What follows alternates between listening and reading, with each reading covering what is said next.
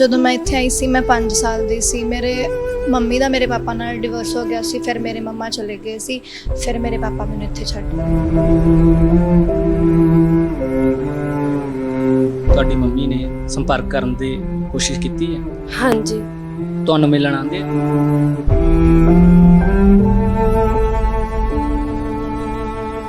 ਕਦੇ ਅਹਿਸਾਸ ਨਹੀਂ ਹੋਇਆ ਕਿ ਵੀ ਜੇਕਰ ਮਾਂ-ਬਾਪ ਸਾਡੇ ਹੁੰਦੇ ਸਾਨੂੰ ਵੀ ਨੇੜੇ ਰੱਖ? ਕਈ ਵਾਰੀ ਮਾਈਂਡ 'ਚ ਆਉਂਦਾ ਸੀ ਪਹਿਲਾਂ ਕਿ ਐਸੀ ਕਿਹੜੀ ਮਜਬੂਰੀ ਹੋ ਗਈ ਸੀ ਕਿ ਜਿਹੜੀ ਸਾਡੀ ਮੰਮੀ ਨੇ ਸਾਨੂੰ ਛੱਡ ਦਿੱਤਾ। ਫਿਰ ਹੁਣ ਸਾਡੇ ਭੂਆ ਜੀ ਨੇ ਸਾਨੂੰ ਇੱਥੇ ਦੇ ਦਿੱਤਾ ਸੀ। ਸਰ ਮੇਰੇ ਮੰਮਾ ਦੀ ਡੈਥ ਹੋ ਗਈ ਸੀ ਤੇ ਮੇਰੇ ਪਾਪਾ ਜੇਲ੍ਹ 'ਚ ਸੀ। ਫਿਰ ਇਸ ਕਰਕੇ ਮੇਰੇ ਪਾਪਾ ਨੇ ਆਂਟੀ ਨਾਲ ਗੱਲ ਕੀਤੀ ਤੇ ਫਿਰ ਮੈਂ ਇੱਥੇ ਆ ਗਈ। ਛੋਟੀ ਹੁੰਦੇ ਤੋਂ ਮਤਲਬ ਲਾਈਕ 2 ਮੰਥ ਦੀ ਸੀ ਜਦੋਂ ਮੇਰੇ ਮੰਮਾ ਪਾਪਾ ਦੀ ਡੈਥ ਹੋ ਗਈ। ਉਦੋਂ ਤੋਂ ਮੈਂ ਇਹਨਾਂ ਦੇ ਇੱਥੇ ਰਹਿ ਰਹੀ ਹਾਂ। ਮੇਰੇ ਪੇਰੈਂਟਸ ਪਟਿਆਲੇ ਤੋਂ ਪੁਲਿਸ ਨੇ ਘਰੋਂ ਚੱਕ ਲਏ ਸੀਗੇ ਜੀ। ਮੈਂ ਸੀਗਾ 3 ਸਾਲ ਦਾ ਸੀਗਾ ਜੀ ਮੈਂ ਉਦੋਂ। ਸਿਸਟਰ ਮੇਰੀ 2 ਸਾਲ ਦੀ ਸੀਗੀ ਤੇ ਸਾਨੂੰ ਇਹਨਾਂ ਨੇ ਚੱਕ ਕੇ ਮੇਰੇ ਪੇਰੈਂਟਸ ਨੂੰ ਮਾਰਤਾ ਸੀਗਾ। ਜਿਨ੍ਹਾਂ ਦੇ ਦੋਵੇਂ ਮਾਂ-ਬਾਪ ਸ਼ਹੀਦ ਕਰ ਦਿੱਤੇ ਨੇ ਪੁਲਿਸ ਨੇ, ਉਹਨਾਂ ਦੇ ਬੱਚਿਆਂ ਨੂੰ ਸਾਂਭਣਾ ਬਹੁਤ ਜ਼ਰੂਰੀ ਹੈ। ਤਾਂ ਫਿਰ ਇਹ ਸੰਸਥਾ ਦਾ ਮਨ ਵਿੱਚ ਫੁਰਨਾ ਉੱਥੇ ਅਨੰਦਪੁਰ ਸਾਹਿਬ ਹੀ ਆ ਗਿਆ। ਤੇ 6 ਦਿਨਾਂ ਤੋਂ ਬਾਅਦ ਉੱਥੇ ਜਦੋਂ ਕੋਈ ਨਹੀਂ ਲੈਣ ਆਇਆ ਸਾਨੂੰ, ਫਿਰ ਉਸ ਟਾਈਮ ਪੁਲਿਸ ਵਾਲਿਆਂ ਨੇ ਸਾਨੂੰ ਗੱਲਬਾਤ ਕਰਕੇ ਉੱਥੇ ਰਿਕਸ਼ਾ ਚਲਾਉਣ ਲਈ ਕੋਈ ਹਿੰਦੂ ਫੈਮਿਲੀ ਸੀਗੀ ਗਰੀਬ, ਉਹਨਾਂ ਦੇ ਕੋਲੇ ਕੋਈ ਆਪਣਾ ਬੱਚਾ ਹੈ ਨਹੀਂ ਸੀਗਾ। ਉਹਨਾਂ ਨੇ ਸਾਨੂੰ ਉਹਨਾਂ ਨੂੰ ਦਿੱਤਾ। ਅਸੀਂ ਫਿਰ 4 ਸਾਲ ਉਹਨਾਂ ਦੇ ਕੋਲੇ ਰਹੇ ਹਾਂ ਜੀ। ਉਹਨਾਂ ਸਾਨੂੰ ਸਕੂਲ ਵੀ ਲਾਇਆ, ਉਹਨਾਂ ਕੋਲ ਰਹੇ। ਉਹਨਾਂ ਨੂੰ ਮੰਮੀ ਪਾਪਾ ਕਹਿੰਦੇ ਹਾਂ। ਹੁਣ ਉਹ ਪਰਿਵਾਰ ਕਿੱਥੇ ਜਿਨ੍ਹਾਂ ਨੇ ਤੁਹਾਨੂੰ ਸੰਭਾਲਿਆ? ਉਸ ਤੋਂ ਬਾਅਦ ਜੀ ਜਦੋਂ 4 ਸਾਲ ਅਸੀਂ ਉਹਨਾਂ ਦੇ ਕੋਲੇ ਰਹੇ ਹਾਂ, ਉਸ ਤੋਂ ਬਾਅਦ ਭੂਆ ਜੀ ਹੋਣੀ ਹੈ ਮੇਰੇ, ਇਹ ਸਾਨੂੰ ਉੱਥੋਂ ਲੈ ਆਏ ਨੇ ਤੇ ਅਸੀਂ ਉੱਥੇ ਮਿਲਣ ਜਾਂਦੇ ਰਹੇ ਉਹਨਾਂ ਨੂੰ ਛੁੱਟੀਆਂ ਦੇ ਵਿੱਚ, ਜਦੋਂ ਸਕੂਲ 'ਚ ਛੁੱਟੀਆਂ ਹੁੰਦੀਆਂ ਸੀਗੀਆਂ ਤੇ ਮਿਲਦੇ ਹਾਂ। ਉਸ ਤੋਂ ਬਾਅਦ ਹੁਣ ਤਾਂ ਉੱਥੇ ਮਤਲਬ ਉਹਨਾਂ ਦੀ ਡੈਥ ਹੋ ਗਈ।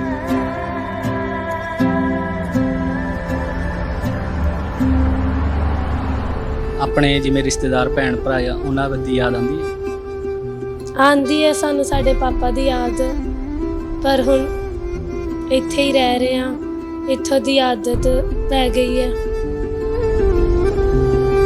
ਇਸ ਤਰੀਕੇ ਨਾਲ ਫਿਰ ਹੌਲੀ-ਹੌਲੀ ਕਾਫਲਾ ਵੱਧਦਾ ਗਿਆ।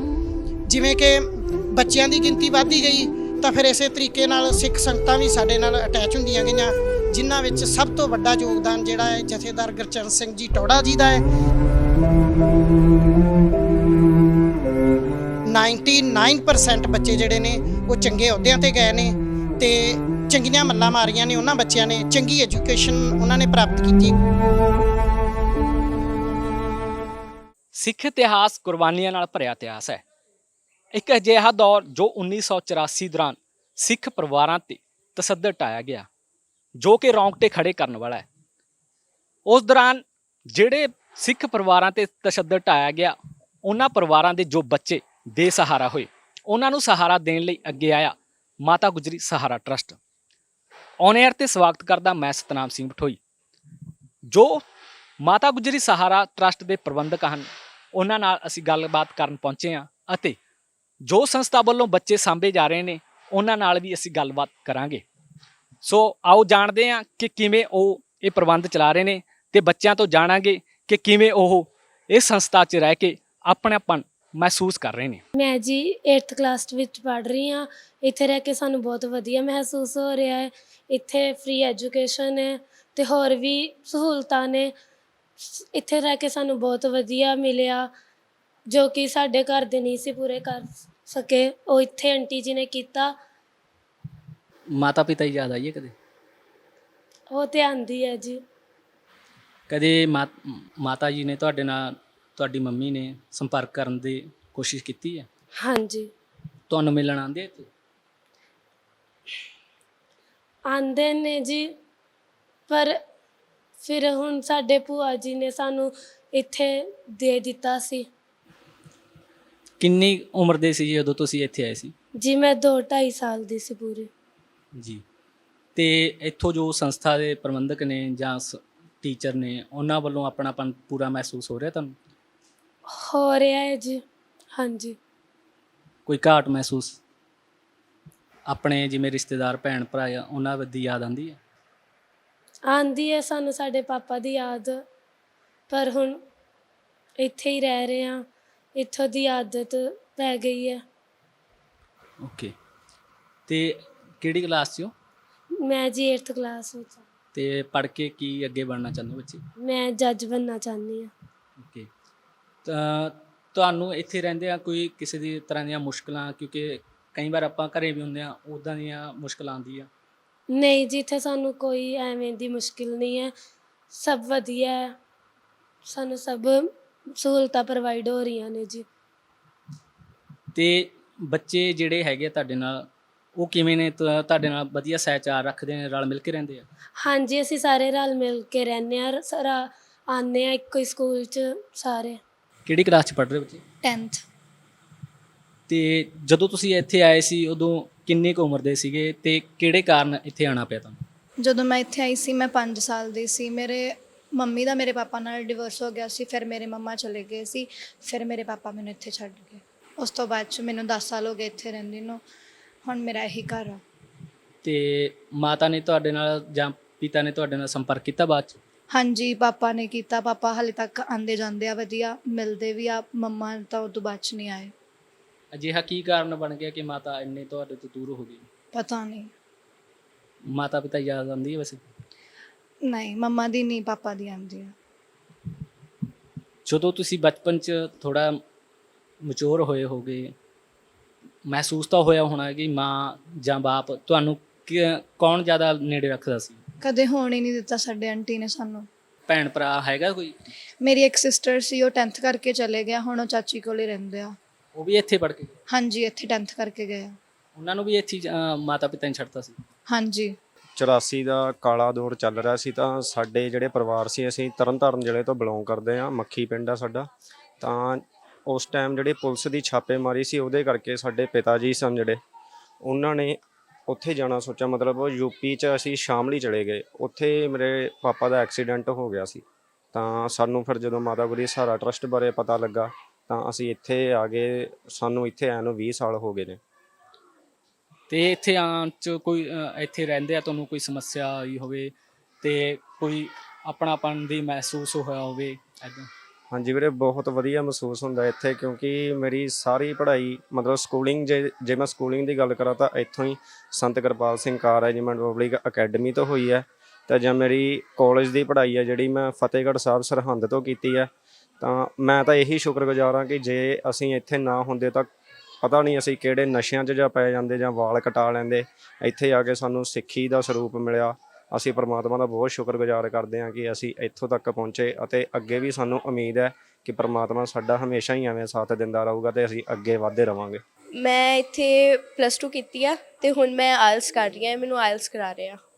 ਤੇ ਜੋ ਆਈਲੈਟਸ ਵਗੈਰਾ ਦਾ ਖਰਚਾ ਉਹ ਸੰਸਥਾ ਬਿਲਕੁਲ ਫ੍ਰੀ ਆਫ ਕਾਸਟ ਤੁਹਾਨੂੰ ਕਰਾ ਰਹੀ ਹੈ ਉਹ? ਹਾਂਜੀ, ਇਹ ਮੇਰਾ ਸਾਰਾ ਖਰਚਾ ਚੱਕ ਰਿਹਾ, ਜਿੰਨਾ ਵੀ ਆਇਲਸ ਦਾ ਹੈ ਜਾਂ ਕੋਈ ਵੀ ਹੋਰ ਕੋਰਸ ਮੈਂ ਕਰਨਾ ਚਾਹੁੰਦੀ ਹਾਂ, ਇਹ ਉਹ ਸਾਰਾ ਖਰਚਾ ਚੱਕ ਰਿਹਾ। ਤੁਸੀਂ ਇਸ ਸੰਸਥਾ 'ਚ ਕਿੰਨੇ ਟਾਈਮ ਨਾਲ ਜੁੜੇ ਹੋ ਤੇ ਕਦੋਂ ਦੇ ਇੱਥੇ ਰਹਿ ਰਹੇ ਹੋ? ਮੈਨੂੰ ਬਹੁਤ ਟਾਈਮ ਹੋ ਗਿਆ। ਮੈਂ ਛੋਟੀ ਹੁੰਦੇ ਤੋਂ ਮਤਲਬ 2 ਮੰਥ ਦੀ ਸੀ ਜਦੋਂ ਮੇਰੇ ਮੰਮਾ ਪਾਪਾ ਦੀ ਡੈਥ ਹੋ ਗਈ, ਉਦੋਂ ਤੋਂ ਮੈਂ ਇਹਨਾਂ ਦੇ ਇੱਥੇ ਰਹਿ ਰਹੀ ਹਾਂ। ਤੇ ਕਦੇ ਮੰਮਾ ਪਾਪਾ ਦੀ ਉੱਦਾਂ ਆਪਣਾਪਨ ਦੀ ਮਹਿਸੂਸ ਹੋਇਆ ਕਦੇ? ਉਹ ਤਾਂ ਹੁੰਦਾ ਹੀ ਆ, ਸਭ ਨੂੰ ਹੁੰਦਾ ਹੀ ਆ ਕਿ ਯਾਦ ਤਾਂ ਆਉਂਦੀ ਆ ਮੋਸਟਲੀ, ਹੈ ਨਾ। ਉੱਦਾਂ ਦਾ ਪਿਆਰ ਨਹੀਂ ਮਿਲਦਾ ਕਿ ਸਮ ਟਾਈਮ ਹੁੰਦਾ ਜੀ। ਹਾਂਜੀ। ਤੇ ਸੰਸਥਾ ਵਿੱਚ ਅੱਗੇ ਜਿਹੜੇ ਬੱਚੇ ਆ ਉਹਨਾਂ ਦਾ ਕਿਵੇਂ ਸਹਿਯੋਗ ਆ? ਰਲ ਮਿਲ ਕੇ ਰਹਿੰਦੇ ਆ? ਸਾਰੇ ਬਹੁਤ ਵਧੀਆ ਰਹਿੰਦੇ ਆ, ਫੈਮਿਲੀ ਵਾਂਗੂ ਰਹਿੰਦੇ ਆ। ਲਾਈਕ ਜਿਹਨੂੰ ਜੇ ਕਿਸੇ ਨੂੰ ਕੋਈ ਪ੍ਰੋਬਲਮ ਆ ਉਹ ਮਿਲ ਕੇ ਹੈਂਡਲ ਕਰ ਲੈਂਦੇ ਆ, ਹੈ ਨਾ। ਕਿ ਜੇ ਕੋਈ ਵੀ ਗੱਲ ਆ ਸ਼ੇਅਰ ਕਰ ਲੈਂਦੇ ਆ, ਆਂਟੀ ਨੂੰ ਵੀ ਦੱਸ ਦਈਦਾ ਵਾ, ਤੇ ਜੋ ਵੀ ਆ ਸਭ ਮਿਲ ਕੇ ਹੁੰਦਾ। ਬੱਚੇ, ਤੁਸੀਂ ਕਿੰਨੇ ਟਾਈਮ ਤੋਂ ਇੱਥੇ ਜੁੜੇ ਹੋ ਤੇ ਕਿਵੇਂ ਤੁਸੀਂ ਇੱਥੇ ਆਏ? ਮੈਂ ਉਰੇ ਕੁਝ ਪਿਛਲੇ 7 ਸਾਲਾਂ ਤੋਂ ਰਹਿ ਰਹੀ ਹਾਂ। ਮੇਰੇ ਮੰਮੀ ਪਾਪਾ ਦਾ ਡਿਵੋਰਸ ਹੋ ਗਿਆ ਸੀ ਜਦੋਂ ਮੈਂ ਤੇ ਮੇਰਾ ਬ੍ਰਦਰ ਬਹੁਤ ਛੋਟੇ ਸੀ, ਅਤੇ ਮੇਰੇ ਮੰਮਾ ਜਿਹੜੇ ਸੀ ਉਸ ਮੈਨੂੰ ਨਹੀਂ ਸਾਂਭ ਸਕਦੇ, ਉਹ ਮੈਨੂੰ ਮੇਰੇ ਨਾਨਕੇ ਘਰ ਛੱਡ ਗਏ। ਮੇਰੇ ਨਾਨੀ ਜੀ ਨੇ ਮਾਤਾ ਜੀ ਅੱਗੇ ਤੁਹਾਡੇ ਮਾਤਾ ਜੀ ਕਿੱਥੇ ਗਏ ਅੱਗੇ? ਮੈਰਿਜ ਕਰਾਈ ਜਾਂ ਕਿਵੇਂ? ਉਹ ਨਹੀਂ ਮੈਨੂੰ ਪਤਾ। ਤੇ ਤੁਹਾਡੇ ਨਾਨਕੇ ਘਰ ਇੱਥੇ ਛੱਡ ਕੇ ਗਏ ਬਾਅਦ 'ਚ? ਹਾਂਜੀ, ਮੇਰੇ ਨਾਨੇ ਸੀਗੇ, ਉਹਨਾਂ ਨੇ ਆਂਟੀ ਸੌਂਦੀ ਨਾਲ ਸੰਪਰਕ ਕੀਤਾ। ਫਿਰ ਆਂਟੀ ਸੌਂਦੀ ਨੇ ਸਾਨੂੰ ਨਿੱਕੇ ਹੁੰਦਿਆਂ ਤੋਂ ਹੀ ਕੇਅਰ ਕੀਤੀ। ਤੁਹਾਨੂੰ ਮਾਪਿਆਂ ਦੀ ਯਾਦ ਆਉਂਦੀ ਹੈ? ਨਹੀਂ, ਇਹਨਾਂ ਨੇ ਸਾਨੂੰ ਐਸੀ ਕੋਈ ਉਹ ਨਹੀਂ ਦਿੱਤੀ ਕਿ ਜਿਹਦੇ ਕਰਕੇ ਸਾਨੂੰ ਕਮੀ ਮਹਿਸੂਸ ਹੋਵੇ। ਬਹੁਤ ਨਹੀਂ ਉਦਾਂ ਮਹਿਸੂਸ ਨਹੀਂ ਹੁੰਦਾ ਕਿ ਜੇ ਘਰ ਆਪਣੇ ਘਰ ਹੁੰਦੇ ਤੇ ਆਪਣੇ ਭਰਾਵਾਂ ਨਾਲ ਜਾਂ ਭੈਣ ਨਾਲ ਇਦਾਂ ਖੇਡਦੇ ਬੈਠਦੇ? ਕਿਤੇ ਨਾ ਕਿਤੇ ਹੋ ਜਾਂਦੀ ਸੀ ਪਰ ਹੁਣ ਤੇ ਨਹੀਂ। ਤੇ ਫਾਦਰ ਸਾਹਿਬ ਤੁਹਾਡੇ ਜਾਂ ਮੰਮੀ ਨੇ ਦੁਬਾਰਾ ਮੁੜ ਕੇ ਸੰਪਰਕ ਨਹੀਂ ਕੀਤਾ? ਸਾਨੂੰ ਮਿਲੇ ਵੀ ਨਹੀਂ ਕਦੇ। ਤੇ ਤੁਹਾਨੂੰ ਕਦੇ ਅਹਿਸਾਸ ਨਹੀਂ ਹੋਇਆ ਕਿ ਵੀ ਜੇਕਰ ਮਾਂ-ਬਾਪ ਸਾਡੇ ਹੁੰਦੇ ਸਾਨੂੰ ਵੀ ਨੇੜੇ ਰੱਖਦੇ? ਨਿੱਕੇ ਹੁੰਦੇ ਹੁੰਦਾ ਸੀ, ਹੁਣ ਨਹੀਂ ਹੁੰਦਾ। ਹੁਣ ਜਦੋਂ ਉਹਨਾਂ ਨੂੰ ਸਾਡੀ ਪਰਵਾਹ ਨਹੀਂ, ਫਿਰ ਸਾਨੂੰ ਵੀ ਉਹਨਾਂ ਦੀ ਪਰਵਾਹ ਨਹੀਂ। ਤੇ ਅਜਿਹਾ ਉਸ ਟਾਈਮ ਤੁਹਾਨੂੰ ਥੋੜੀ ਮੋਟੀ ਸੁੱਝ-ਬੁੱਝ ਹੈਗੀ ਸੀ ਜਦੋਂ ਛੱਡ ਕੇ ਗਏ? ਨਹੀਂ, ਉਸ ਟਾਈਮ ਸੁੱਝ ਬੁੱਝ ਥੋੜੀ ਬਹੁਤੀ ਨਹੀਂ। ਉਸ ਟਾਈਮ ਕੁਝ ਵੀ ਨਹੀਂ ਯਾਦ ਜਦੋਂ ਮੇਰੇ ਮੰਮੀ ਡੈਡੀ ਮੈਨੂੰ ਛੱਡ ਗਏ ਸੀ। ਜੀ। ਤੇ ਉਸ ਤੋਂ ਸਮੇਂ ਤੋਂ ਲੈ ਕੇ ਇੱਥੇ ਤੁਸੀਂ ਰਹਿ ਰਹੇ ਹੋ, ਕੋਈ ਸਮੱਸਿਆ ਜਾਂ ਆਪਣੇਪਣ ਦੀ ਕਿਸੇ ਵੱਲੋਂ ਮਹਿਸੂਸ ਹੋਇਆ ਹੋਵੇ? ਨਹੀਂ, ਇਹੋ ਜਿਹੀ ਕੋਈ ਨਹੀਂ।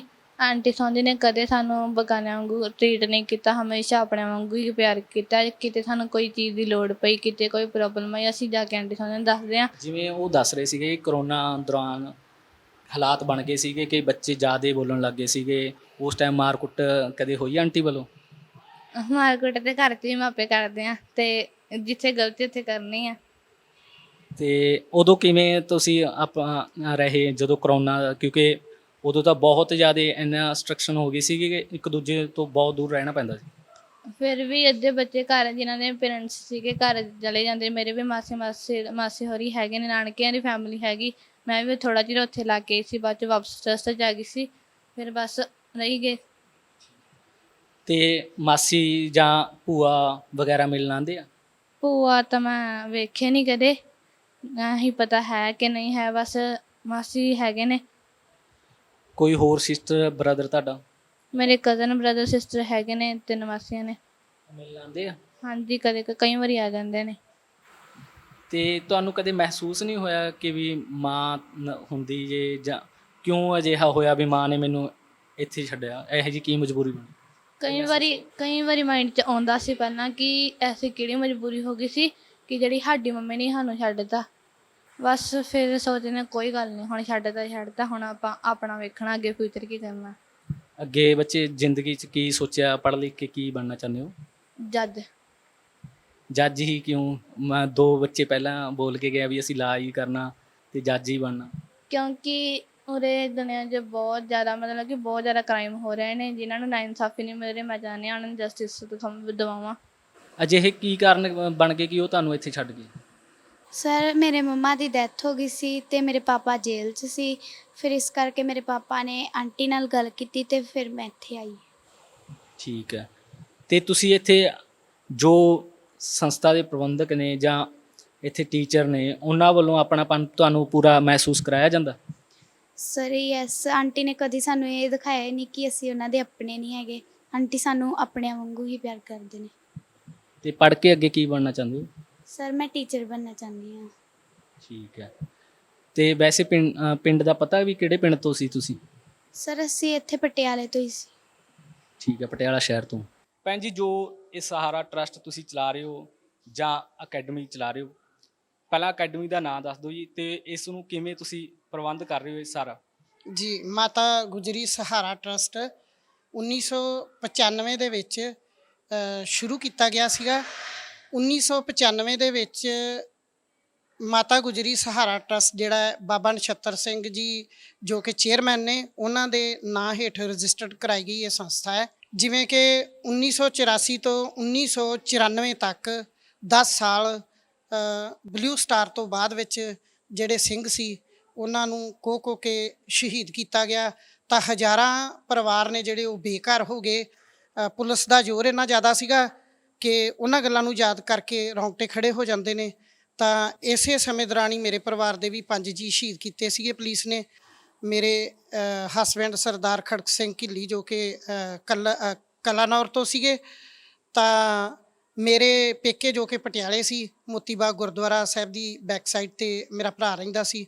ਉੱਥੇ ਪੁਲਿਸ ਨੇ ਰੇਡ ਕੀਤੀ ਮੈਨੂੰ ਫੜਨ ਲਈ, ਤਾਂ ਮੈਂ ਉਸ ਟਾਈਮ ਗੁਰਦੁਆਰਾ ਸਾਹਿਬ 'ਚ ਮੌਜੂਦ ਸੀ। ਤਾਂ ਮੇਰੇ ਘਰ ਵਿੱਚ ਜੋ ਰੇਡ ਕੀਤੀ, ਮੇਰਾ ਭਰਾ, ਭਰਜਾਈ, ਉਹਨਾਂ ਦਾ ਬੇਟਾ ਅਤੇ ਮੇਰੀ ਬੇਟੀ ਅਤੇ ਇੱਕ ਮੇਰੇ ਮਾਸੀ ਜੀ ਸੀ ਜਿਨ੍ਹਾਂ ਨੂੰ ਪੁਲਿਸ ਕਿਡਨੈਪ ਕਰਕੇ ਲੈ ਗਈ। ਤਾਂ ਜਦੋਂ ਮੈਂ ਘਰ ਆਈ ਤਾਂ ਫਿਰ ਪਤਾ ਲੱਗਿਆ ਵੀ ਸਾਰਾ ਪਰਿਵਾਰ ਕਿਡਨੈਪ ਕਰ ਲਿਆ। ਤਾਂ ਅਸੀਂ ਉਹਨਾਂ ਦੀ ਭਾਲ ਵਿੱਚ ਪੁਲਿਸ ਨਾਲ ਕੰਟੈਕਟ ਕਰਨ ਲੱਗੇ ਸਾਨੂੰ ਕੁਝ ਪਤਾ ਨਹੀਂ ਲੱਗਿਆ। ਫਿਰ ਇਸੇ ਤਰੀਕੇ ਦੌਰਾਨ ਮਹੀਨੇ ਕੁ ਬਾਅਦ ਮੈਨੂੰ ਫੜਿਆ ਗਿਆ ਤੇ ਇੱਕ ਮੇਰਾ ਭਰਾ ਨਾਲ ਪੁਲਿਸ 'ਚ ਸੀਗਾ, ਉਹਨੂੰ ਫੜ ਲਿਆ, ਸਾਨੂੰ ਜੇਲ੍ਹ ਭੇਜਤਾ। ਅਸੀਂ ਟਾਡਾ ਲਾ ਕੇ ਸੰਗਰੂਰ ਜੇਲ੍ਹ ਚਲੇ ਗਏ।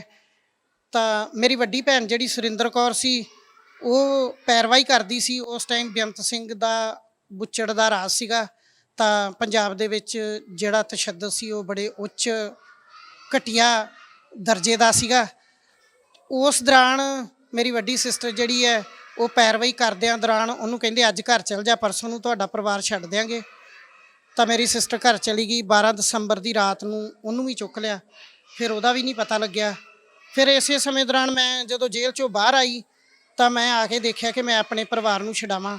ਮੈਂ ਅਨੰਦਪੁਰ ਸਾਹਿਬ ਗਈ। ਅਨੰਦਪੁਰ ਸਾਹਿਬ ਬਾਬਾ ਬਲਕਾਰ ਸਿੰਘ ਜੋ ਕਿ KPS ਗਿੱਲ ਦਾ ਕੈਟ ਸੀਗਾ, ਜੋ ਜੇਲ੍ਹ 'ਚੋਂ ਛੁੱਟੇ ਉਦੋਂ ਤਾਂ ਮੈਨੂੰ ਇਹ ਸੀ ਕਿ ਮੈਂ ਆਪਣੇ ਬੱਚੇ ਛਡਾਉਣੇ ਨੇ। ਤਾਂ ਮੈਂ ਦਰ ਭਟਕ ਰਹੀ ਸੀ, ਮੈਂ ਅਪਰੋਚ ਲੱਭ ਰਹੀ ਸੀ। ਇਸੇ ਅਪਰੋਚ ਨੂੰ ਅੱਗੇ ਕਰਨ ਵਾਸਤੇ ਤੇ ਆਪਣੇ ਬੱਚਿਆਂ ਨੂੰ ਲੱਭਣ ਵਾਸਤੇ ਮੈਂ ਅਨੰਦਪੁਰ ਸਾਹਿਬ ਗਈ। ਜਦੋਂ ਅਨੰਦਪੁਰ ਸਾਹਿਬ ਗਈ, ਬਾਬੇ ਬਲਕਾਰ ਨਾਲ ਗੱਲ ਕੀਤੀ ਤੇ ਬਾਬੇ ਬਲਕਾਰ ਦੇ ਡੇਰੇ ਵਿੱਚ ਕੁਝ ਪਰਿਵਾਰ ਇਸ ਤਰੀਕੇ ਨਾਲ ਉਹਨਾਂ ਨੇ ਇਕੱਠੇ ਕੀਤੇ ਹੋਏ ਸੀ ਜਿਹੜੇ ਸ਼ਹੀਦ ਸਿੰਘਾਂ ਦੇ ਸੀ। ਪਰ ਬਾਬਾ ਕੈਟ ਸੀ, ਉਹ ਜਿਹੜੇ ਮੌਜੂਦਾ ਸਿੰਘ ਸੀਗੇ ਉਹਨਾਂ ਦੀ ਰੈਕੀ ਕਰ ਰਿਹਾ ਸੀ ਵੀ ਉਹ ਕਦੀ ਇਹਨਾਂ ਨੂੰ ਮਿਲਣ ਆਏ ਤੇ ਮੈਂ ਉਹਨਾਂ ਨੂੰ ਫੜਾ ਸਕਾਂ। ਬਾਬਾ ਬਲਕਾਰ ਅਜੇ ਵੀ ਜਿੰਦਾ ਹੈ, ਜੋ ਕਿ ਉਸ ਸਮੇਂ KPS ਗਿੱਲ ਦੀ ਸੱਜੀ ਬਾਂਹ ਬਣਿਆ ਹੋਇਆ ਸੀ। ਤਾਂ ਫਿਰ ਮੈਨੂੰ ਉੱਥੇ ਬਾਈ ਨਛੱਤਰ ਸਿੰਘ ਸਾਡੇ ਸਤਰਾਣੇ ਤੋਂ ਸੀ, ਉਹਨਾਂ ਦੀ ਭਰਜਾਈ ਨੇ ਕਿਹਾ ਕਿ ਤੂੰ ਇੱਥੋਂ ਚਲੇ ਜਾ, ਬਾਬੇ ਨੇ ਤੈਨੂੰ ਵੀ ਚੁਕਵਾ ਦੇਣਾ ਹੈ। ਤਾਂ ਮੈਂ ਉਸ ਸਮੇਂ ਉੱਥੇ ਜਿਹੜੇ ਪਰਿਵਾਰ ਸੀਗੇ ਜਿਨ੍ਹਾਂ ਦੇ ਬੱਚੇ ਛੋਟੇ ਛੋਟੇ ਸੀ, ਜਿਨ੍ਹਾਂ ਦੇ ਮੰਮੀ ਡੈਡੀ ਵੀ ਨਹੀਂ ਸੀ, ਤੇ ਉਹਨਾਂ ਬੱਚਿਆਂ ਦੇ ਸਿਰ 'ਚ ਬਹੁਤ ਜੂਆਂ ਸੀ ਤੇ ਮੈਂ ਉਹਨਾਂ ਦੀਆਂ ਜੂਆਂ ਕੱਢੀਆਂ। ਬਸ ਉੱਥੋਂ ਮੇਰੇ ਮਨ ਵਿੱਚ ਆਇਆ ਕਿ ਜਿਹੜੇ ਸਾਡੀ ਕੌਮ ਦੇ ਬੱਚੇ ਨੇ ਇਹ ਰੁੱਲ ਜਾਣਗੇ। ਜਿਨ੍ਹਾਂ ਦੇ ਦੋਵੇਂ ਮਾਂ-ਬਾਪ ਸ਼ਹੀਦ ਕਰ ਦਿੱਤੇ ਨੇ ਪੁਲਿਸ ਨੇ, ਉਹਨਾਂ ਦੇ ਬੱਚਿਆਂ ਨੂੰ ਸਾਂਭਣਾ ਬਹੁਤ ਜ਼ਰੂਰੀ ਹੈ। ਤਾਂ ਫਿਰ ਇਹ ਸੰਸਥਾ ਦਾ ਮਨ ਵਿੱਚ ਫੁਰਨਾ ਉੱਥੇ ਅਨੰਦਪੁਰ ਸਾਹਿਬ ਹੀ ਆ ਗਿਆ। ਫਿਰ ਮੈਂ ਇਹਨਾਂ ਬੱਚਿਆਂ ਨੂੰ ਇਕੱਠਿਆਂ ਕਰਕੇ ਪਟਿਆਲੇ ਲੈ ਆਈ। ਅਸੀਂ 32 ਬੱਚੇ ਤੇ 12 ਬੀਬੀਆਂ ਸੀ ਜੋ ਸ਼ਹੀਦ ਸਿੰਘਾਂ ਦੀਆਂ ਸੀ, ਕਿਉਂਕਿ ਅਨੰਦਪੁਰ ਸਾਹਿਬ ਤੋਂ ਹੀ ਅਸੀਂ ਕੰਟੈਕਟ 'ਚ ਇੱਕ ਦੂਜੇ ਦੇ ਕਈ ਪਰਿਵਾਰਾਂ ਦੇ ਆ ਗਏ। ਤੇ ਫਿਰ ਅਜੇ ਮੇਰੇ ਬੱਚੇ ਤਾਂ ਲੱਭੇ ਨਹੀਂ ਸੀ। ਤਾਂ ਅਸੀਂ ਇੱਥੇ ਜਦੋਂ ਆਏ ਪਟਿਆਲੇ ਤਾਂ ਅਸੀਂ ਬਾਬਾ ਨਛੱਤਰ ਸਿੰਘ ਜੋ ਕਿ ਕੱਲਰ ਭੈਣੀ ਵਿੱਚ ਇੱਥੇ ਮਤਲਬ ਜਿਹੜਾ ਗੁਰਦੁਆਰਾ ਸਾਹਿਬ ਸੀ ਇਹ ਇੱਥੇ ਰਹਿ ਰਹੇ ਸੀ। ਤੇ ਇਹਨਾਂ ਕੋਲੇ ਅਸੀਂ ਬਿਸਤਰੇ ਲੈਣ ਆਏ ਤੇ ਬਾਬਾ ਜੀਆਂ ਨੇ ਕਿਹਾ ਕਿ ਤੁਸੀਂ ਵੀ ਇਹ ਕਿਹਨਾਂ ਦੇ ਬੱਚੇ ਨੇ। ਤੇ ਜਦੋਂ ਉਹਨਾਂ ਨੂੰ ਦੱਸਿਆ ਵੀ ਇਹ ਸਿੰਘਾਂ ਦੇ ਬੱਚੇ, ਸ਼ਹੀਦ ਪਰਿਵਾਰਾਂ ਦੇ ਬੱਚੇ ਨੇ, ਬੀਬੀਆਂ ਨੇ ਨਾਲ, ਤੇ ਫਿਰ ਬਾਬਾ ਜੀ ਨੇ ਆਫਰ ਕੀਤੀ ਕਿ ਤੁਸੀਂ ਇਸ ਗੁਰੂ ਘਰ 'ਚ ਆ ਜਾਓ, ਵੀ ਅਸੀਂ ਤੁਹਾਡੀ ਟੇਕ ਕੇਅਰ ਕਰਾਂਗੇ। ਤੇ ਅਸੀਂ ਮਜਬੂਰ ਸੀਗੇ ਕਿਉਂਕਿ ਅਗਰਾਈ ਕਰਕੇ ਲਿਆਂਦੀ ਤੇ ਉਹ ਇੱਕ ਦਿਨ 'ਚ ਹੀ ਖਤਮ ਹੋ ਗਈ। ਤਾਂ ਪੈਸਾ ਸਾਡੇ ਕੋਲੇ ਕੋਈ ਹੈ ਨਹੀਂ ਸੀ। ਫਿਰ ਬਾਬਾ ਜੀ ਨੇ ਜਦੋਂ ਸਾਨੂੰ ਸ਼ੈਲਟਰ ਦਿੱਤਾ, ਅਸੀਂ ਬੱਚੇ ਲਿਆਂਦੇ। ਬਾਬਾ ਜੀਆਂ ਨੇ 8000 ਰੁਪਏ ਦੀਆਂ ਲੱਕੜਾਂ ਵੇਚੀਆਂ ਜੋ ਇਹਨਾਂ ਦੇ ਖੇਤਾਂ ਵਿੱਚ ਸੀ। ਉਹ 8000 ਰੁਪਈਆ ਬਾਬਾ ਜੀਆਂ ਨੇ ਸਾਨੂੰ ਦੇ ਦਿੱਤਾ ਕਿ ਬੱਚਿਆਂ ਦੀ ਐਡਮਿਸ਼ਨ ਕਰਾ ਦਿਓ। ਅਸੀਂ ਡਕਾਲੇ ਇੱਕ ਪਬਲਿਕ ਸਕੂਲ ਸੀਗਾ, ਅਸੀਂ ਉੱਥੇ ਬੱਚਿਆਂ ਦੀ ਐਡਮਿਸ਼ਨ ਕਰਾਤੀ। ਇਸ ਤਰੀਕੇ ਨਾਲ ਫਿਰ ਹੌਲੀ ਹੌਲੀ ਕਾਫਲਾ ਵੱਧਦਾ ਗਿਆ। ਜਿਵੇਂ ਕਿ ਬੱਚਿਆਂ ਦੀ ਗਿਣਤੀ ਵੱਧਦੀ ਗਈ ਤਾਂ ਫਿਰ ਇਸੇ ਤਰੀਕੇ ਨਾਲ ਸਿੱਖ ਸੰਗਤਾਂ ਵੀ ਸਾਡੇ ਨਾਲ ਅਟੈਚ ਹੁੰਦੀਆਂ ਗਈਆਂ, ਜਿਨ੍ਹਾਂ ਵਿੱਚ ਸਭ ਤੋਂ ਵੱਡਾ ਯੋਗਦਾਨ ਜਿਹੜਾ ਹੈ ਜਥੇਦਾਰ ਗੁਰਚਰਨ ਸਿੰਘ ਜੀ ਟੌੜਾ ਜੀ ਦਾ ਹੈ। ਸਾਡਾ ਸਪੋਕਸਮੈਨ ਉਸ ਟਾਈਮ ਮੈਗਜ਼ੀਨ ਨਿਕਲਦਾ ਸੀ। ਉਸ ਮੈਗਜ਼ੀਨ ਦੇ ਵਿੱਚ ਜੋਗਿੰਦਰ ਸਿੰਘ ਨੇ ਖਬਰ ਲਾਈ ਸੀ ਕਿ ਸਿੱਖ ਪੰਥ ਦੇ ਬੱਚਿਆਂ ਪ੍ਰਤੀ ਪੰਥ ਦੀ ਬੇਰੁਖੀ। ਤਾਂ ਉਹਨੂੰ ਪੜ੍ਹ ਕੇ ਟੌੜਾ ਸਾਹਿਬ ਬਹੁਤ ਅਚੰਭਤ ਹੋਏ ਤੇ ਫਿਰ ਉਹਨਾਂ ਨੇ ਸਾਡੇ ਕੋਲੇ ਇੱਕ ਸ਼੍ਰੋਮਣੀ ਕਮੇਟੀ ਦੇ ਇੰਸਪੈਕਟਰ ਨੂੰ ਭੇਜਿਆ ਕਿ ਉਹਨਾਂ ਦਾ ਪਤਾ ਕਰਕੇ ਉਹ ਕਿਸ ਹਾਲਾਤ ਵਿੱਚ ਨੇ। ਫਿਰ ਉਹਨਾਂ ਨੇ ਜਦੋਂ ਜਾ ਕੇ ਦੱਸਿਆ, ਫਿਰ ਸਭ ਤੋਂ ਪਹਿਲੀ ਡੋਨੇਸ਼ਨ ਜਿਹੜੀ 5 ਲੱਖ ਦੀ ਜਥੇਦਾਰ ਗੁਰਚਰਨ ਸਿੰਘ ਟੌੜਾ ਜੀ ਨੇ ਸਾਨੂੰ ਦਿੱਤੀ। ਤਾਂ ਉਹਨਾਂ ਨੇ ਬਿਲਡਿੰਗ ਬਣਾਉਣ ਲਈ ਸਾਨੂੰ ਕਿਹਾ ਤੇ ਉਸ ਟਾਈਮ ਸਾਡੇ ਕੋਲ ਜਗ੍ਹਾ ਨਹੀਂ ਸੀ। ਫਿਰ ਸਾਨੂੰ ਦੁਬਈ ਦੀ ਸੰਗਤ ਨੇ ਮਤਲਬ ਇੱਕ ਗੁਰਦੁਆਰਾ ਸਾਹਿਬ ਉੱਥੇ ਸੀ ਜਿਹਦੇ ਵਿੱਚ ਪੈਸੇ ਸੀ, ਉਹਨਾਂ ਨੇ ਸਾਨੂੰ 9 ਲੱਖ ਰੁਪਈਆ ਸਿੰਘ ਸਾਹਿਬ ਭਾਈ ਰਣਜੀਤ ਸਿੰਘ ਜੀ ਦੇ ਥਰੂ ਭੇਜਿਆ। ਫਿਰ ਅਸੀਂ ਇੱਥੇ ਇਹ ਜਗ੍ਹਾ ਲਈ। ਤਾਂ ਜਥੇਦਾਰ ਗੁਰਚਰਨ ਸਿੰਘ ਟੌੜਾ ਜੀ 2 ਵਾਰ ਸਾਡੇ ਕੋਲ ਇਨਵਾਈਟਡ ਨੇ ਤੇ 14 ਵਾਰ ਉਹ ਵੈਸੇ ਬਿਨਾਂ ਇਨਵਾਈਟ ਕੀਤੇ ਤੋਂ ਆਉਂਦੇ ਬੱਚਿਆਂ ਨੂੰ ਦੇਖਣ। ਤੇ ਹਮੇਸ਼ਾ ਇਹ ਕਹਿ ਦਿੰਦੇ ਕਿ ਮਾਤਾ ਗੁਜਰੀ ਦੇ ਬੱਚਿਆਂ ਨੂੰ ਦੇਖ ਕੇ ਆਉਣਾ ਹੈ। ਉਹ ਸਾਨੂੰ ਬਹੁਤ ਪਿਆਰ ਦਿੰਦੇ ਤੇ ਸਾਨੂੰ ਹੌਲੀ ਹੌਲੀ ਉਹਨਾਂ ਨੇ ਇਹ ਜਿਹੜੀ ਮਾਤਾ ਗੁਜਰੀ ਸਹਾਰਾ ਟਰਸਟ ਦੀ ਰੈਜ਼ੀਡੈਂਸ਼ੀਅਲ ਬਿਲਡਿੰਗ ਹੈ ਉਹ ਸਾਰੀ ਉਹਨਾਂ ਨੇ ਬਣਾ ਕੇ ਦਿੱਤੀ। ਜਗ੍ਹਾ ਸਾਨੂੰ ਦੁਬਈ ਦੀ ਸੰਗਤ ਨੇ ਲੈ ਕੇ ਦਿੱਤੀ। ਫਿਰ ਹੌਲੀ ਹੌਲੀ ਫਾਈਨੈਂਸ ਦੀ ਜ਼ਰੂਰਤ ਜਦੋਂ ਪਈ, ਕਿਉਂਕਿ ਆਰਥਿਕ ਪੱਖੋਂ ਅਸੀਂ ਜਿਵੇਂ ਪਰਿਵਾਰ ਵੱਧ ਗਿਆ ਤਾਂ ਸਾਨੂੰ ਜ਼ਿਆਦਾ ਚੀਜ਼ਾਂ ਦੀ ਲੋੜ ਸੀਗੀ। ਫਿਰ ਅਸੀਂ ਉਗਰਾਹੀਆਂ ਕਰਨ ਜਾਂਦੇ, ਹੁਸ਼ਿਆਰਪੁਰ, ਜਲੰਧਰ, ਕਪੂਰਥਲਾ ਸਾਈਡ 'ਤੇ ਅਸੀਂ ਬਹੁਤ ਉਗਰਾਹੀਆਂ ਕੀਤੀਆਂ। ਬਰਨਾਲਾ ਸਾਈਡ ਤੋਂ ਅਸੀਂ ਕਣਕ ਇਕੱਠੀ ਕੀਤੀ। ਹੌਲੀ ਹੌਲੀ 5-6 ਬੀਬੀਆਂ ਅਸੀਂ ਜਾਂਦੀਆਂ ਉਗਰਾਹੀ ਕਰਨ। ਤਾਂ ਫਿਰ ਹੌਲੀ ਹੌਲੀ ਜਿਵੇਂ ਅਖਬਾਰਾਂ ਵਿੱਚ ਆਇਆ, ਫਿਰ USA ਦੀ ਸੰਗਤ ਨੂੰ ਪਤਾ ਲੱਗਿਆ। ਫਿਰ ਜਿਹੜੇ ਉੱਥੋਂ ਵਿਜ਼ਟਰ ਆਉਂਦੇ ਉਹ ਸਾਨੂੰ ਇੱਥੇ ਮਦਦ ਕਰਕੇ ਜਾਂਦੇ ਤੇ ਸਾਡੇ ਬੱਚਿਆਂ ਨੂੰ ਜ਼ਿਆਦਾ, ਜਿਹੜੇ ਸ਼ਹੀਦ ਪਰਿਵਾਰਾਂ ਦੇ ਬੱਚੇ ਸੀ ਉਹਨਾਂ ਨੂੰ ਜ਼ਿਆਦਾ ਪਾਲਣ ਵਿੱਚ USA ਦੀ ਸੰਗਤ ਦਾ ਬਹੁਤ ਵੱਡਾ ਹੱਥ ਹੈ ਜੀ। ਜਿਵੇਂ ਤੁਸੀਂ ਦੱਸਿਆ ਕਿ ਬਹੁਤ ਪਰਿਵਾਰ ਇੱਥੇ ਆਏ ਤੇ ਬਹੁਤ ਸਾਰੇ ਉਹ ਬੱਚੇ ਆਏ ਜਿਹੜੇ 84 ਦੌਰਾਨ ਜਾਂ ਉਸ ਤੋਂ ਬਾਅਦ ਜੋ ਸਿੱਖਾਂ ਤੇ ਤਸ਼ੱਦਦ ਢਾਇਆ ਗਿਆ ਸਿੱਖ ਪਰਿਵਾਰਾਂ ਤੇ, ਉਹ ਬੱਚੇ ਕਿੰਨੀ ਕੁ ਗਿਣਤੀ ਸੀ ਤੇ ਅੱਜ ਉਹ ਬੱਚੇ ਕਿਸ ਉਸ 'ਚ ਨੇ, ਕਿ ਉਹ ਅੱਜ ਪੜ੍ਹ ਲਿਖ ਕੇ ਕਿਸੇ ਵਧੀਆ ਅਹੁਦੇ ਤੇ ਨੇ ਜਾਂ ਖੇਡਾਂ ਵਿੱਚ ਆਪਣਾ ਚੰਗਾ ਨਾਮ ਬਣਾ ਰਹੇ ਨੇ ਜੀ? ਦੇਖੋ, ਮੈਂ ਕਹਾਂਗੀ ਕਿ ਜਿਹੜਾ ਮਾਤਾ ਗੁਜਰੀ ਜੀ ਦੀ ਗੋਦ ਵਿੱਚ ਆ ਗਿਆ ਉਹ ਕੋਈ ਪਿਛਲੇ ਜਨਮਾਂ ਦਾ ਕਹਿ ਦਿਓ ਕਿ ਕੋਈ ਜਿਹੜਾ ਇੱਥੋਂ ਕੋਈ ਚੰਗੇ ਅਹੁਦੇ ਤੇ ਨਾ ਗਿਆ ਹੋਵੇ ਤੇ ਉਹਦਾ ਕੋਈ ਮਾੜਾ ਹੀ ਕਰਮ ਹੋਵੇ ਤੇ ਉਹ ਨਾ ਗਿਆ ਹੋਵੇ। ਨਹੀਂ ਤੇ ਮੈਂ ਕਹਿੰਦੀ ਹਾਂ ਵੀ 99% ਬੱਚੇ ਜਿਹੜੇ ਨੇ ਉਹ ਚੰਗੇ ਅਹੁਦਿਆਂ ਤੇ ਗਏ ਨੇ ਤੇ ਚੰਗੀਆਂ ਮੱਲਾਂ ਮਾਰੀਆਂ ਨੇ ਉਹਨਾਂ ਬੱਚਿਆਂ ਨੇ, ਚੰਗੀ ਐਜੂਕੇਸ਼ਨ ਉਹਨਾਂ ਨੇ ਪ੍ਰਾਪਤ ਕੀਤੀ, ਕਿਉਂਕਿ ਉਸ ਟਾਈਮ ਫੋਰਨਰਸ ਜਿਹੜੇ ਨੇ ਬੱਚਿਆਂ ਦੇ GNM ਦਾ ਪੂਰਾ ਕੋਰਸ ਕਰਨ ਦੀ ਦੇਖ ਲਓ ਕਿੰਨਾ ਖਰਚਾ ਹੈ ਉਹਨਾਂ ਨੇ ਦਿੱਤਾ। ਬੱਚਿਆਂ ਨੇ MBA ਕੀਤੀ, ਕਿਸੇ ਨੇ BCA ਕੀਤੀ, ਮਤਲਬ ਚੰਗੀ ਡਿਗਰੀ ਪ੍ਰਾਪਤ ਕਰਕੇ ਜਿਹੜੀਆਂ ਕੁੜੀਆਂ ਨੇ ਫਿਰ ਉਹਨਾਂ ਨੂੰ ਤੇ ਤੁਹਾਨੂੰ ਪਤਾ ਕਿ ਵਿਆਹ ਹੀ ਦੇਣਾ ਹੁੰਦਾ ਹੈ। ਕੁਝ ਬੱਚਿਆਂ ਨੇ ਇੱਥੇ ਗੌਰਮੈਂਟ ਜੌਬ ਲਈ, ਨਹੀਂ ਤੇ ਜ਼ਿਆਦਾਤਰ ਬੱਚੀਆਂ ਨੇ IELTS ਕੀਤੀ ਤੇ ਉਹਨਾਂ ਬੱਚੀਆਂ ਨੂੰ ਫੋਰਨ ਭੇਜਿਆ। ਜਿਵੇਂ ਕਿ ਸਿਰਫ ਇੱਕ ਅਮਰੀਕਾ ਤੋਂ ਬਿਨਾ ਕੈਨੇਡਾ, UK, ਆਸਟ੍ਰੇਲੀਆ, ਨਿਊਜ਼ੀਲੈਂਡ, ਇਹਨਾਂ ਕੰਟਰੀਆਂ ਦੇ ਵਿੱਚ ਬੱਚੇ ਸਟੱਡੀ ਬੇਸ ਤੇ ਬਹੁਤ ਗਏ ਨੇ। ਉਹ ਬੱਚੇ ਹੁਣ ਤੁਹਾਡੀ ਸੰਸਥਾ ਦਾ ਸਾਥ ਦਿੰਦੇ ਨੇ ਕਿਉਂਕਿ ਤੁਸੀਂ ਉਹਨਾਂ ਨੂੰ ਉਸ ਸਮੇਂ ਸਾਂਭਿਆ ਜਿਸ ਟਾਈਮ ਕੋਈ ਸਾਂਭਣ ਵਾਲਾ ਨਹੀਂ ਸੀਗਾ। ਕੀ ਉਹ ਜਿਹੜੇ ਅੱਜ ਤੁਸੀਂ ਜਿਹੜੇ ਬੱਚੇ ਸਾਂਭੇ ਹੋਏ ਆ ਉਹਨਾਂ ਦੇ ਭਵਿੱਖ ਲਈ ਸਾਥ ਦੇ ਰਹੇ ਨੇ ਤੁਹਾਡਾ? ਹਾਂ, ਜਿਹੜੇ ਬੱਚੇ ਸ਼ਹੀਦ ਪਰਿਵਾਰਾਂ ਦੇ ਸੀ ਉਹ ਅੱਜ ਵੀ ਕੰਟੈਕਟ ਵਿੱਚ ਨੇ ਔਰ ਜਦੋਂ ਉਹਨਾਂ ਦਾ ਸਮਾਂ ਲੱਗਦਾ ਹੈ, ਜਦੋਂ ਕਦੀ ਕੋਈ ਇੰਡੀਆ ਆਉਂਦਾ ਹੈ ਤਾਂ ਉਹ ਸੰਸਥਾ ਵਿੱਚ ਆ ਕੇ ਛੋਟੇ ਬੱਚੇ ਜਿਹੜੇ ਹੁਣ ਕਿ ਸ਼ਹੀਦ ਪਰਿਵਾਰਾਂ ਨਾਲ ਸੰਬੰਧਿਤ ਨਹੀਂ ਹੈ ਉਹ ਬੱਚੇ ਨੇ ਜਿਨ੍ਹਾਂ ਦੇ ਮਾਂ-ਬਾਪ ਕਿਸੇ ਵੀ ਕਾਰਨ, ਜਿਵੇਂ ਕਿ ਸਿੰਘਾਂ ਤੋਂ ਬਾਅਦ ਵਿੱਚ ਨਵਾਂ ਦੌਰ ਚੱਲਿਆ ਨਸ਼ਿਆਂ ਦਾ, ਤਾਂ ਬਹੁਤ ਸਾਰੇ ਜਿਹੜੇ ਸਾਡੇ ਪੰਜਾਬ ਦੇ ਪਰਿਵਾਰ ਨੇ ਉਹ ਨਸ਼ਿਆਂ 'ਚ ਉੱਜੜੇ, ਉਹਨਾਂ ਦੇ ਬੱਚੇ ਵਿਚਾਰੇ ਵੀ ਨਾਥ ਹੋਏ ਤਾਂ ਉਹਨਾਂ ਬੱਚਿਆਂ ਨੂੰ ਫਿਰ ਇਹ ਸੰਸਥਾ ਨੇ ਸਾਂਭਿਆ। ਤਾਂ ਉਹ ਜਦੋਂ ਬੱਚੇ ਆਉਂਦੇ ਨੇ ਤਾਂ ਉਹ ਇਹਨਾਂ ਬੱਚਿਆਂ ਦੀ ਮਦਦ ਜ਼ਰੂਰ ਕਰਦੇ ਨੇ। ਹੋਰ ਨਹੀਂ ਤਾਂ ਜਦੋਂ ਆਉਂਦੇ ਨੇ ਤੇ ਜਿਵੇਂ ਇੱਕ ਪਰਿਵਾਰ ਦੇ ਵਿੱਚ ਅਸੀਂ ਜਾਂਦੇ ਹਾਂ ਤੇ ਸਾਡੀ ਆਦਤ ਹੈ ਕਿ ਅਸੀਂ ਉਹਨਾਂ ਲਈ ਬੱਚਿਆਂ ਲਈ ਖਾਣ ਲਈ ਕੁਛ ਨਾ ਕੁਛ ਲੈ ਕੇ ਜਾਂਦੇ ਹਾਂ, ਤਾਂ ਉਹ ਇਹਨਾਂ ਬੱਚਿਆਂ ਲਈ ਜ਼ਰੂਰ ਆ ਕੇ ਕੋਈ ਨਾ ਕੋਈ ਮਦਦ ਕਰਦੇ ਨੇ। ਜਿਵੇਂ ਅੱਜ ਦਾ ਦੌਰ ਹੈ ਕਿ ਬੱਚਿਆਂ ਨੂੰ ਹੁਣ ਫ੍ਰੀ ਪੜ੍ਹਾਈ ਦਿੱਤੀ ਜਾ ਰਹੀ ਹੈ ਤੇ ਹੁਣ ਕਿਹੜੇ ਬੱਚੇ ਆਪਾਂ ਸਾਂਭੇ ਹੋਏ ਆ ਜੀ ਇੱਥੇ? ਹਾਂਜੀ, ਜਿਹੜੇ ਜਿਸ ਸਮੇਂ ਮੇਰੇ ਮਨ ਦਾ ਚਾਅ ਸੀ, ਕਿਉਂਕਿ ਅਸੀਂ ਕੌਮ ਨੂੰ ਸਮਰਪਿਤ ਹੋਏ, ਅਸੀਂ ਅਰਦਾਸ ਕੀਤੀ ਵੀ ਸਾਡਾ ਖੂਨ ਦਾ ਤੁਪਕਾ ਜਿਹੜਾ ਹੈ ਉਹ ਕੌਮ ਦੇ ਕੰਮ ਆਵੇ। ਖਾਸ ਕਰਕੇ ਮੈਂ ਇਹ ਅਰਦਾਸ ਕੀਤੀ ਸੀ ਕਿ ਮੇਰਾ ਜਿਹੜਾ ਤੁਪਕਾ ਖੂਨ ਦਾ ਕੌਮ ਦੇ ਕੰਮ ਆਵੇ। ਤਾਂ ਹੁਣ ਥੋੜ੍ਹੀ ਦਿਨੀ ਮੈਂ ਪਹਿਲਾਂ ਤਕਰੀਬਨ 1 ਸਾਲ ਤੋਂ ਇਹ ਗੱਲ ਸੋਚ ਰਹੀ ਸੀ ਕਿ ਸਿੰਘਾਂ ਦੇ ਬੱਚੇ ਨੇਪਰੇ ਚੜ੍ਹ ਗਏ ਨੇ। ਹੁਣ ਦੌਰ ਚੱਲ ਰਿਹਾ ਹੈ ਕਿ ਕਿਸੇ ਸਮਾਜਿਕ ਪੱਖੋਂ ਕੋਈ ਬੱਚਾ, ਕਿਸੇ ਦੀ ਮਾਂ ਨਹੀਂ, ਕਿਸੇ ਦਾ ਪਿਓ ਨਹੀਂ, ਅਸੀਂ ਉਹਨਾਂ ਨੂੰ ਐਜੂਕੇਸ਼ਨ ਦੇ ਰਹੇ ਹਾਂ। ਪਰ ਇਸ ਤੋਂ ਵੱਡਾ ਵੀ ਇੱਕ ਹੋਰ ਕੰਮ ਕਰਨ ਵਾਲਾ ਹੈ ਕਿ ਅਸੀਂ ਸਿੱਖੀ ਨੂੰ ਉੱਚਿਆਂ ਸਮਾਜ ਵਿੱਚ ਫੈਲਾਅ ਕਰਨ ਦੇ ਵਾਸਤੇ ਸਾਨੂੰ ਕੋਈ ਖਾਸ ਪ੍ਰਬੰਧ ਕਰਨਾ ਚਾਹੀਦਾ ਹੈ। ਤਾਂ ਇਹਦੇ ਲਈ ਮੇਰੇ ਮਨ ਵਿੱਚ ਆਈਡੀਆ ਆਇਆ ਕਿ ਸਾਨੂੰ ਜਿਹੜੇ ਸਿੰਘ ਤੇ ਕੌਰ ਬੱਚੇ ਨੇ ਉਹਨਾਂ ਲਈ ਫ੍ਰੀ ਐਜੂਕੇਸ਼ਨ ਕਰਨੀ ਚਾਹੀਦੀ, ਕਿਉਂਕਿ ਜਿਹੜੀ ਅਸੀਂ ਸੰਤ ਕਿਰਪਾਲ ਸਿੰਘ ਕਾਰ ਰੈਜੀਮੈਂਟ ਪਬਲਿਕ ਅਕੈਡਮੀ ਚਲਾ ਰਹੇ ਹਾਂ ਇਹਦੇ ਵਿੱਚ ਜਿਹੜੇ ਟਰੱਸਟ ਦੇ ਬੱਚੇ ਨੇ ਉਹ ਤਾਂ ਫ੍ਰੀ ਪੜ੍ਹਦੇ ਨੇ। ਜਿਹੜੇ ਆਊਟਸਾਈਡਰ ਨੇੜੇ ਪਿੰਡਾਂ ਤੋਂ ਬੱਚੇ ਆਉਂਦੇ ਨੇ ਉਹਨਾਂ ਸਹੁਰਿਆਂ ਤੋਂ ਅਸੀਂ ਫੀਸ ਲੈਂਦੇ ਸੀ। ਤਾਂ ਇਸ ਸਾਲ ਆਪ ਜੀ ਨੂੰ ਮੈਂ ਇਹ ਖੁਸ਼ਖਬਰੀ ਦੇਣਾ ਚਾਹੁੰਦੀ ਹਾਂ ਕਿ ਇਸ ਸਾਲ USA ਦੇ ਵਿੱਚ ਮੈਂ ਕੁਝ ਵੀਰ ਨੇ ਉਹਨਾਂ ਨਾਲ ਗੱਲ ਕੀਤੀ ਕਿ ਮੈਂ ਚਾਹੁੰਦੀ ਹਾਂ ਕਿ ਜਿਹੜੇ ਆਲੇ ਦੁਆਲੇ ਦੇ ਜਿੰਨੇ ਵੀ ਬੱਚੇ ਇੱਥੇ ਭਾਵੇਂ 1000 ਬੱਚਾ ਹੋਵੇ ਜਾਂ 1500 ਬੱਚਾ ਆਵੇ ਤਾਂ ਸਾਰੇ ਬੱਚਿਆਂ ਨੂੰ ਫ੍ਰੀ ਐਜੂਕੇਸ਼ਨ ਦਿੱਤੀ ਜਾਏ ਤਾਂ ਜੋ ਇਹ ਸਿੱਖੀ ਨਾਲ ਬੱਚੇ ਜੁੜ ਸਕਣ। ਕਿਉਂਕਿ ਪੰਜਾਬ ਦੇ ਵਿੱਚ ਇੱਕ ਦੌਰ ਚੱਲ ਰਿਹਾ ਹੈ, ਭਾਵੇਂ ਉਹ ਦਾਦਾ ਉਹਨਾਂ ਦੇ ਅੰਮ੍ਰਿਤਧਾਰੀ ਹੋਵੇ, ਪਿਓ ਵੀ ਅੰਮ੍ਰਿਤਧਾਰੀ ਹੋਵੇ, ਤੇ ਬੱਚੇ ਅੱਗੋਂ ਵਾਲ ਕਟਾ ਰਹੇ ਨੇ।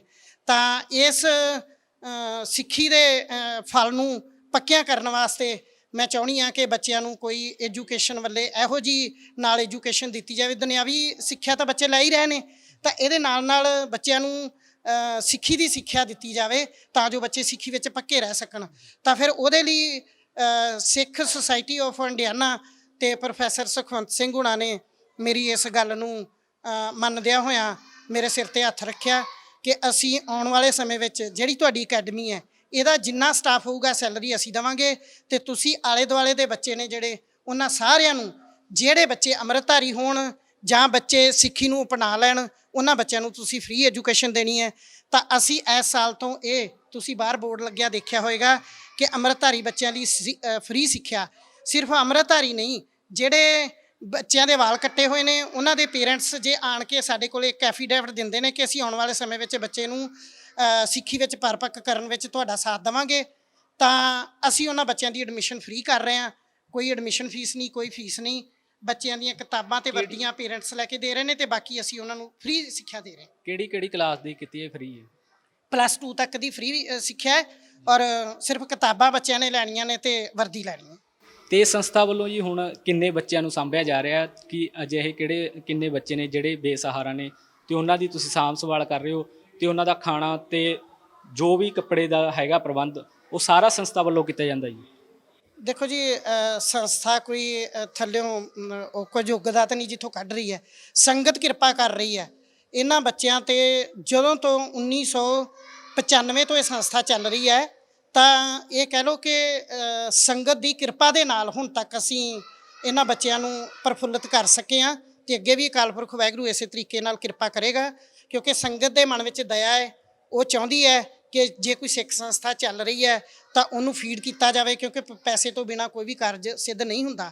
ਬੱਚਿਆਂ ਦੇ ਖਰਚੇ ਬੜੇ ਨੇ, ਜਿਵੇਂ ਕਿ ਬੱਚਿਆਂ ਦੀਆਂ ਵਰਦੀਆਂ, ਬੱਚਿਆਂ ਦੇ 3 ਮਹੀਨੇ ਬਾਅਦ ਸ਼ੂਜ਼ ਟੁੱਟ ਜਾਂਦੇ ਨੇ, ਕਿਤਾਬਾਂ ਕਾਪੀਆਂ ਤੇ ਰੈਗੂਲਰ ਬੱਚਿਆਂ ਨੂੰ ਮਤਲਬ ਕਰਨਾ, ਬੱਚਿਆਂ ਦਾ ਮੈਡੀਕਲ ਖਰਚਾ, ਤਾਂ ਇਹ ਸਾਰਾ ਗੁਰੂ ਕਿਰਪਾ ਦੇ ਨਾਲ ਹੀ ਹੋ ਰਿਹਾ, ਸੰਗਤ ਦੀ ਕਿਰਪਾ ਦੇ ਨਾਲ।